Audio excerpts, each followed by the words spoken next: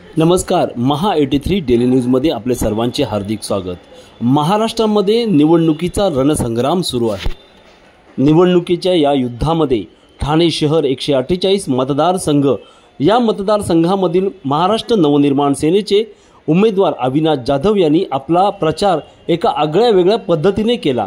त्यांनी एक स्लोगन तयार केलेला आहे, ठाणेकरांनो एकदा मला संधी द्या। अशा प्रकारचे स्लोगनचा फ्लॅश घेऊन त्यांनी ठाणे रेल्वे स्टेशन येथे मतदारांना आव्हान करताना दिसत होते। अशा प्रकारे मतदान करण्याचा हा आगळा प्रकार आपल्याला दिसत आहे। महाराष्ट्र नवनिर्माण सेनेचे नेते व प्रसिद्ध चित्रपट दिग्दर्शक अभिजित पानसी यांनी महा 83 डेली न्यूजकडे केलेली ही त्यांची प्रतिक्रिया। वेगळ्या पद्धतीने प्रचार चालू आहे, काय सांगणार आपण? आज बघतोय की अविनाश जाधव स्वतः इथे उभे आहेत की मला एक संधी द्या, पण खरं तर त्याला एक संधी द्या असं आपल्या सगळ्यांच्याच मनात आहे। 24 तास काम करणारा हा मुलगा, मला असं वाटतं की ज्या प्रकारे कुठलंही पद नसताना, वैधानिक पद नसताना, आमदार नसताना, नगरसेवक नसताना गेले 8-10 वर्ष तो जे काम करतोय, आणि मला तराजूत ठेवायची इच्छा नाही की इथले असलेले गेले 10-15 वर्ष आमदार असलेल्या माणसांनी काही केलं किंवा केलं नाही, त्यांची रेष पुसण्यात काही मला स्वारस्य नाही। पण हा मुलगा खरोखर 24 तास काम करतो।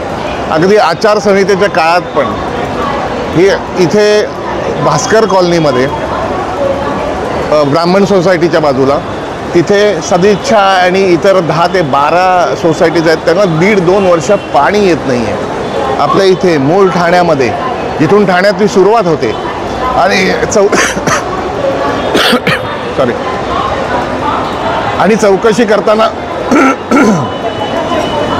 चौकशी करताना असं लक्षात येतं की इकडचे नगरसेवक संजय वाघुले आणि त्यांची जी टोळी आहे त्यांची टँकर लॉबीशी पार्टनरशिप आहे।